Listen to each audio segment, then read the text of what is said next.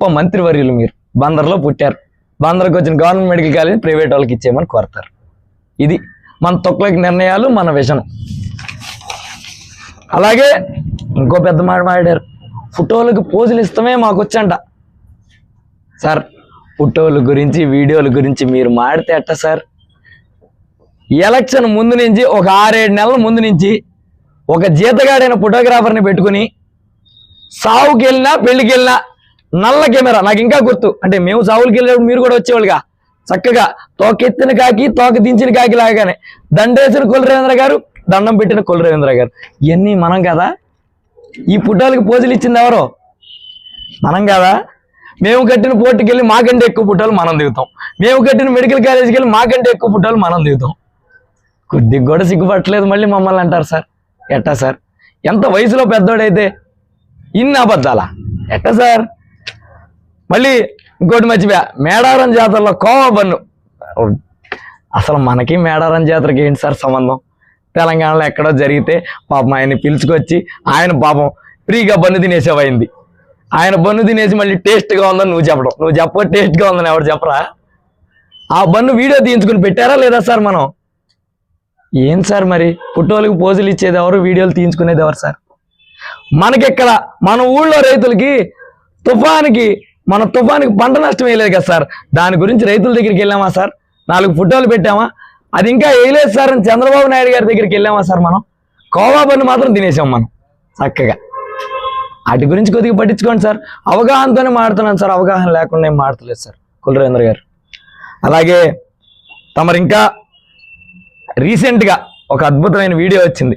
తమరు బండి వేసుకుని గబగబా, ఎప్పుడు కారు దిగం మనం, కారు ఎక్కితే అద్దం కూడా దించం మనం, బైక్ వేసుకుని గబగబా గవర్నమెంట్ హాస్పిటల్కి వెళ్ళి మళ్ళీ గవర్నమెంట్ హాస్పిటల్ లోపలికి కూడా అట్లా బయట బళ్ళు ఆపారు.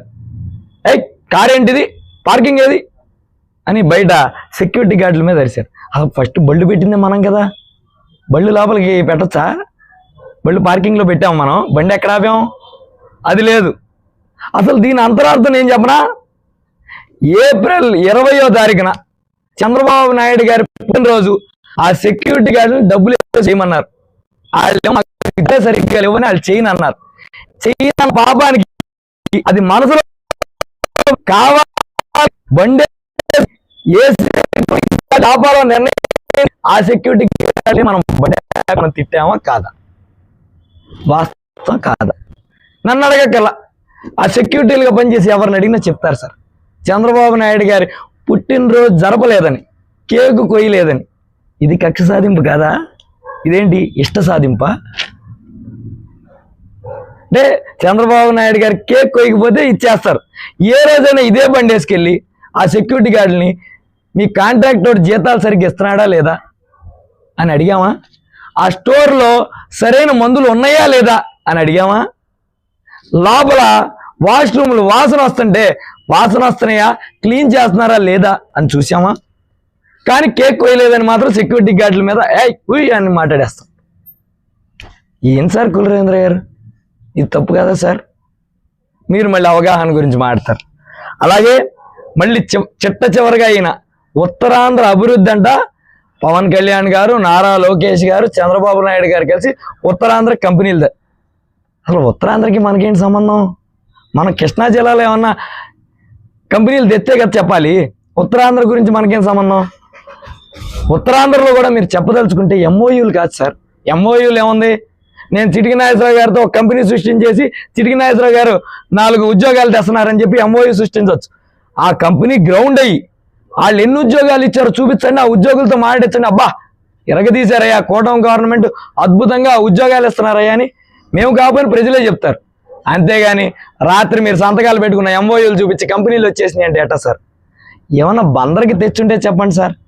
వెళ్ళిపోయిన బెల్ కంపెనీని తయారు, మేము తెచ్చిన ఫిషింగ్ హార్బర్లు పూర్తి చేయరు, మెడికల్ కాలేజ్ ఏమో అమ్మేద్దామని చూస్తారు, పోర్టు నత్తనడికలు నడిపిస్తారు. ఏంటి సార్ ఇవన్నీ? నేను పూర్తి అవగాహనతో మాడుతున్నా సార్. మీరు కూడా అవగాహనతో చక్కగా బందరు అభివృద్ధి కోసం పాటుపడండి సార్. కక్షపూరిత రాజకీయాలు చేయకండి సార్. అలాగే మీకు సూట్ కాని ప్రవచనాలు, ఫోటోలు గురించి మీరు మాట్లాడొద్దు సార్ అని కులరవీంద్ర గారికి ఎంతో వినయంగా, ఆయన కంటే వయసులో చిన్నవాడిగా తెలియజెప్తూ సెలవు తీసుకున్నాను.